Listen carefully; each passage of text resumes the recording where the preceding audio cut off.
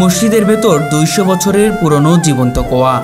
প্রথম শুনে যে কেউ অবাক হয়ে যেতে পারেন। অবিশ্বাস্য মনে হলেও বাস্তবে মসজিদের ভেতরেই রয়েছে এই বিস্ময়কর কুয়া, যার বয়স প্রায় ২ শতাব্দী। সময়ের স্রোত পেরিয়ে আজও কুয়াটি দাঁড়িয়ে আছে ঠিক আগের মতোই, টলটলে স্বচ্ছ পানি আর রহস্যময় এক আকর্ষণ নিয়ে।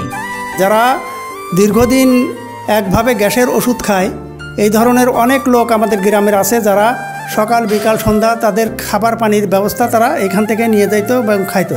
দেখা গেছে যে শেষের দিকে তারা আর ওষুধ লাগে নাই, এমনিতেই এই পানিতেই আরোগ্য লাভ করেছে। প্রথমবার দেখলে মনে হয় হয়তো এটি কোনো সাধারণ কুয়া নয়, বরং এক অলৌকিক রহমতের নিদর্শন। এই রহস্যময় কুয়াটি অবস্থিত মাগুরা জেলার শালিকা উপজেলার শতপাড়া গ্রামে। অনেক সময় ৩৪ বছর মাসে আপনার টিউবওয়েলে পানি থাকে না তো, কিন্তু এইখানে থাকে। আর পানি পৃথিবীর পানির মতো। আপনার ওই ৩৪ বছর মাসে পানি একদম ঠান্ডা। গ্রামটি ছোট হলেও ইতিহাসে সমৃদ্ধ, আর এই কুয়াটি যেন তার প্রাণ। স্থানীয়রা ভালোবেসে একে বলেন আল্লাহর রহমতের কুয়া, কেননা প্রায় ২০০ বছর ধরে এই কুয়াটি থেকে নিরবিচ্ছিন্নভাবে পানি উঠে আসছে নিচ থেকে। সময় বদলেছে, মানুষ বদলেছে, কিন্তু কুয়ার পানি আজও আগের মতো ঠান্ডা, স্বচ্ছ, মিষ্টি। এই কুয়ার পানি যত স্বাদ, আর্সেনিক মুক্ত, আয়রন মুক্ত, লবণ মুক্ত, এত স্বাদের পানি টিউবওয়েলে আসে না। এটা ঝর্ণার পানি, পাতাল থেকেই ওঠে। এই পানিতে কোনো রোগ জীবাণু বা কোনো কিছু নাই। এটা আমাদের আল্লাহর রহমত এবং একটা বিশেষ বরকতপূর্ণ কুয়া। এই পানির এক চুমুক যেন মন ঠান্ডা হয়ে যায়। অনেকে বিশ্বাস করেন এই কুয়ার পানি আল্লাহর রহমত, আর এই অস্তিত্ব এক অদৃশ্য আশীর্বাদ। পানির স্বাদ লবণ না, আয়রন না, খুবই মিষ্ট। গরমকালে গ্লাসে রাখলে গ্লাসের গা ঘামে পড়ে, বরফের মতন ঠান্ডা, খুব সুন্দর স্বাদ।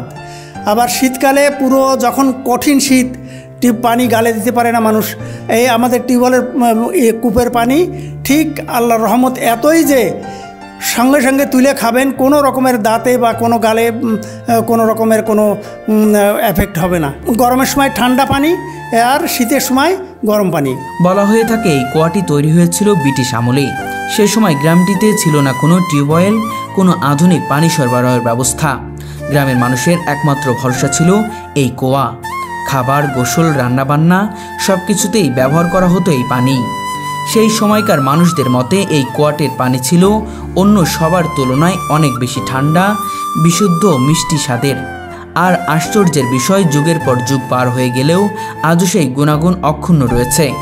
সবচেয়ে উপকার আমাদের করতেছে, বর্তমানে আমাদের লেয়ার থাকে না আমাদের গ্রামেতে, বা আশেপাশের গ্রামেও থাকে না। গ্রামের মানুষ এই কূপের পানি খেয়েই চৈত্র, বৈশাখ, জ্যৈষ্ঠ মাসে অন্তত ১৫০ পরিবারে কত লোক হবে, এত লোক আমরা এখান থেকে পানি খাই, গোসল করি, ওযু করি, নামাজ পড়ি, যত বাথরুমের কাজ, সমস্ত কাজ এই পানি দিয়েই চলে। কিন্তু প্রশ্ন জাগে, কেন মসজিদের ভেতরে এই কুয়া?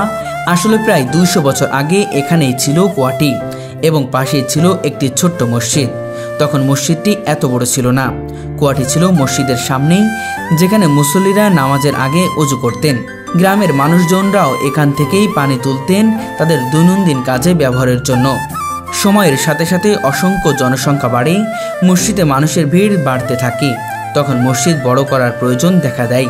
যখন মসজিদ সম্প্রসারণের কাজ শুরু হয়, তখন কুয়াটি পড়ে যায় নির্মাণের মধ্যভাগে। অনেকে চেয়েছিলেন কুয়াটি ভেঙে ফেলতে, কিন্তু গ্রামের মুরব্বী ও গণ্যমান্য ব্যক্তিরা এক বাক্যে বলে দেন, এই কুয়াটি শুধু পানি নয়, এটি আমাদের ঐতিহ্য, এটি আমাদের অতীতের ইতিহাস। সেই সিদ্ধান্তের ফলেই আজও কুয়াটি অক্ষত আছে। এই কুয়াটা ছিল আমাদের মসজিদের বাইরে। অনেক এখন বর্তমানে লোক বেড়ে গেছে, আগে ছিল কম লোক। এখন আমরা মসজিদ বাড়ানোর জন্য এই কুয়াটা মসজিদের ভিতরে এসে গেছে। এটা আমরা আগে অনেকেই চিন্তা করেছিল যে ভাঙিয়ে দেবো, এ করব, কিন্তু কয়েকজন মুরব্বী বা আমরা থেকে নিষেধ করলাম যে না, এটা ভাঙা যাবে না। যেহেতু আমাদের এই ১৫০-২০০ বছর আগের মুরব্বীরা যারা করে গেছে, তাদের স্মৃতিটা আমরা ধরে রাখতে চাই, এবং এই দ্বারাই যে উপকৃত হচ্ছে মানুষ, এর মূল্যায়ন করা আমাদের সম্ভব না।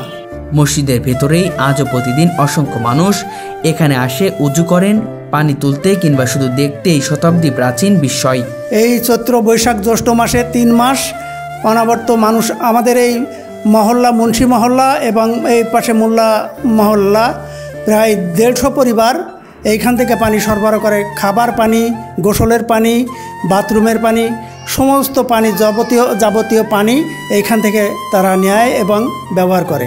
কুয়াটি নির্মিত হয়েছিল চুন ও সুরকি দিয়ে, আর সেই কারণেই হয়তো এত বছর পার হলেও এইটি নষ্ট হয়নি। সময়ের ছোঁয়া লেগেছে চারপাশে, কিন্তু কুয়ার গায়ে এখনও ঝকঝকে পুরনো সৌন্দর্য, যেন 200 বছর আগের মতো স্মৃতি নতুন করে ফিরে এসেছে আজকের দিনে। তো এটা যে ইট দিয়ে করা হয়েছিল, ওই ইটটা আমরা সিমেন্ট বালু দিয়ে আমাদের প্লাস্টার করে না, গাঁথা না, এইটা করা চুন আর সুরকি দিয়ে। তখনকার আমলেও এইভাবেই চুন সুরকির ছিল, গাঁথনি ছিল। ওই কুয়াটাও এইভাবে ওই চুন আর সুরকি দিয়ে করা, যার ধরুন পানিটাও ভালো আছে। যদি সিমেন্ট আর বালু দিয়ে করা হতো তাহলে আমার মনে হয় পানিতে কোনো রকমের কোনো একটা অন্য কোনো স্বাদ বা গন্ধ আসতো, কিন্তু ওইটা নাই।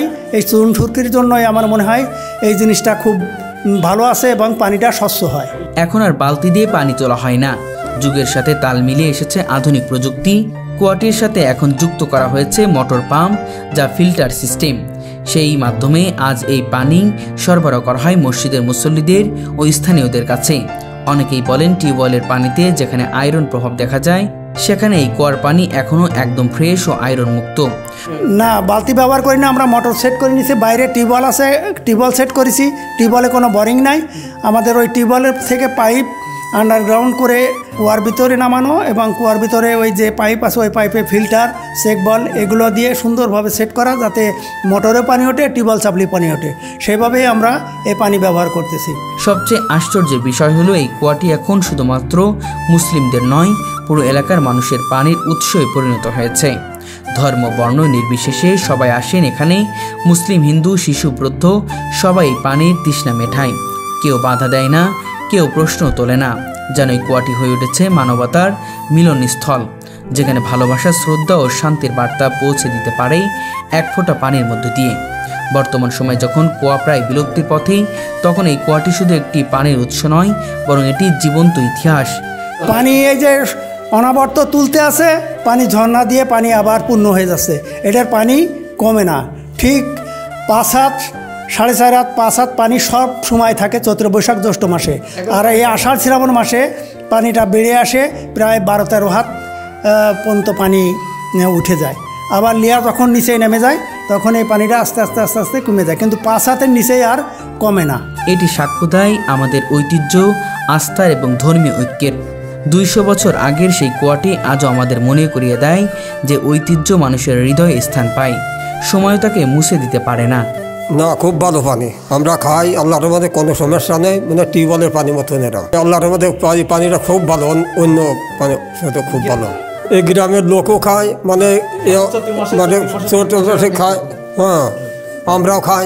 মানে এই পানিটা আল্লাহর মধ্যে খুব ভালো, কোনো সমস্যা নেই। বারান্দা বাড়ানোর পরে এখন যদি এই কুয়ার পানি খুব ভালো, এখন এই নষ্ট করে ফেললেই তো আর পানি সেরকম খাওয়া যাচ্ছে না। টিউবওয়েলের পানি সে ভালোই পানিটা। আর আপনার 34 বৈশাখ মাসে অনেক সময় টিউবওয়েলে থাকে না, কিন্তু এখানে থাকে, বুঝতে পারছেন? এই জন্য এটা নষ্ট করা হয়নি, এর ভিতরে ফেলাই দেওয়া হয়েছে। এই কুয়া আমার আব্বার দাদা ওজিউদ্দিন মুন্সি 1855 সালে খনন করেন। তখন থেকে এই কুয়ার পানি মানুষ, পুরো গ্রামের মানুষই খাইতো। তারপরে যখন টিউবওয়েল আসলো, টিউবওয়েলের পানি খাইতো।